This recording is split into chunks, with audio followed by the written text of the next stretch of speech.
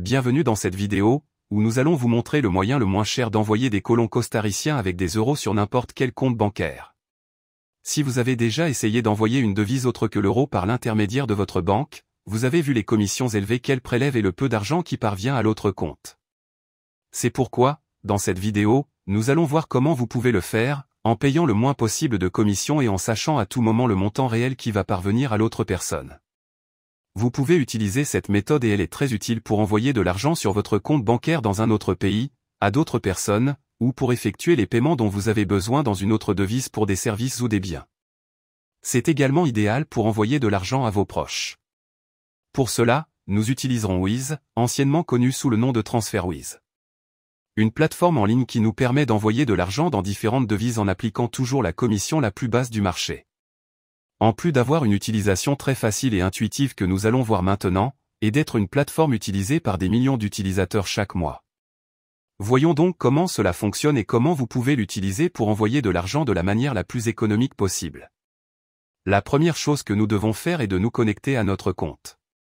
Si vous n'avez pas de compte, vous pourrez en créer un dans le lien que vous trouverez dans la description, pour suivre les étapes. De plus, vous pourrez le créer en moins de 5 minutes. Une fois que vous vous serez connecté et que vous aurez configuré votre profil, vous verrez le panneau principal, avec toute votre activité si vous avez déjà effectué un transfert. Il existe d'autres fonctions et aspects très intéressants de Wise que nous verrons plus tard. Mais pour l'instant, nous allons nous concentrer sur la manière d'envoyer votre argent dans la devise de votre choix. Pour ce faire, cliquez sur Envoyer de l'argent. Ici, nous indiquerons les deux devises, celle avec laquelle nous allons payer, dans ce cas les euros, et celle que nous voulons envoyer, dans ce cas les colons costariciens. Ensuite, le montant que nous voulons envoyer.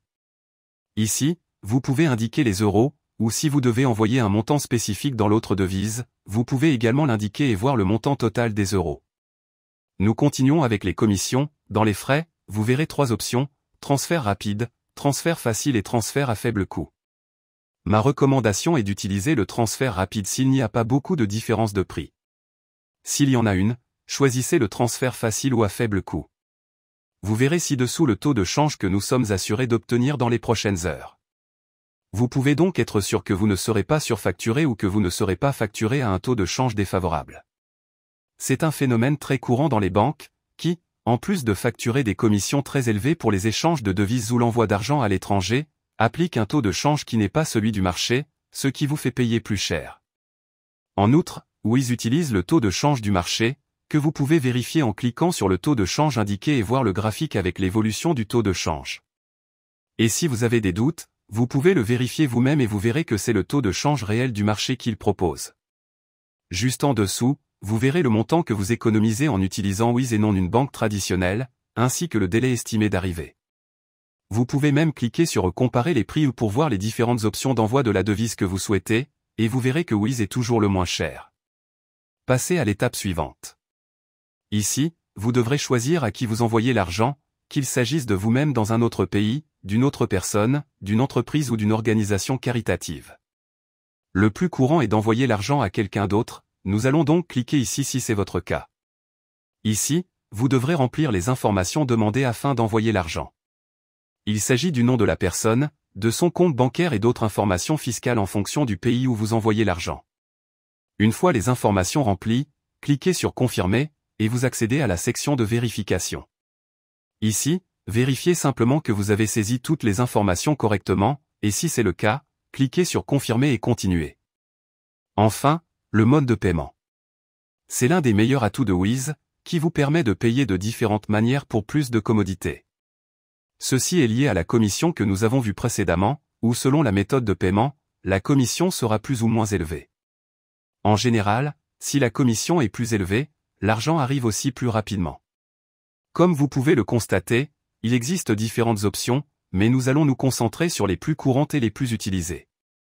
Le virement bancaire, avec une commission plus faible, mais qui prend généralement entre 1 et 3 jours pour recevoir l'argent de Wise et l'envoyer sur le compte que nous avons indiqué. Et la carte de crédit ou de débit, où nous pouvons payer sur place, et l'argent arrive un jour plus tôt sur le compte bancaire que nous avons indiqué, en payant une commission plus élevée. L'une ou l'autre méthode est idéale pour payer, et une fois que vous êtes sûr de la méthode à utiliser, il suffit de cliquer sur Continuer le paiement et d'effectuer le paiement.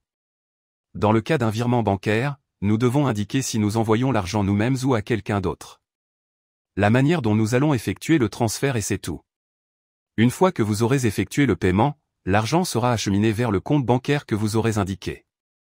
De cette façon, vous aurez pu envoyer de l'argent dans une autre devise, sans payer les commissions élevées que les banques ont. En plus des taux de change défavorables. Dans le panneau principal, vous pourrez voir l'état de votre transfert et si l'argent a déjà été reçu par le compte bancaire indiqué.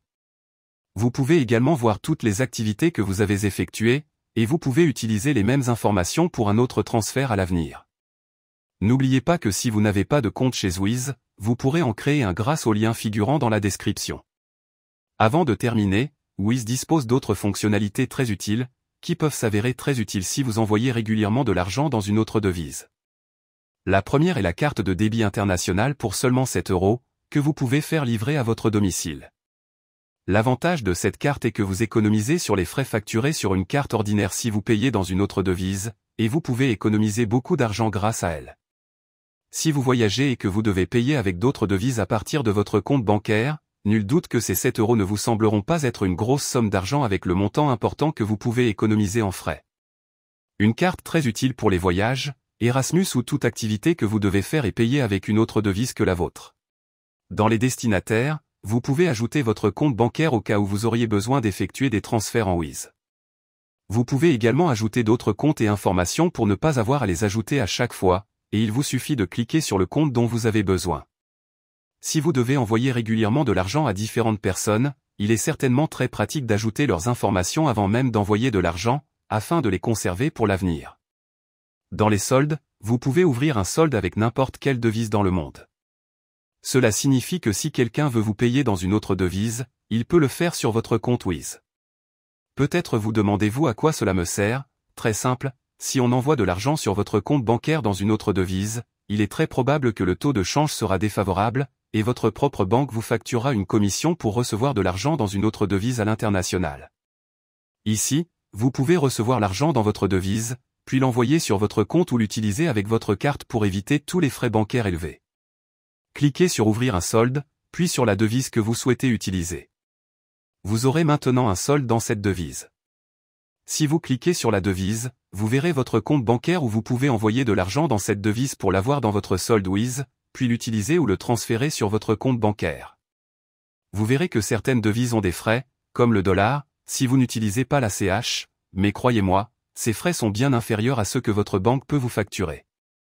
Enfin, dans les pots, vous pouvez créer un compte d'épargne en mettant de côté l'argent que vous avez dans votre solde et en fixant des objectifs pour les montants que vous voulez atteindre. Une façon de plus de gérer votre argent au sein de Wiz.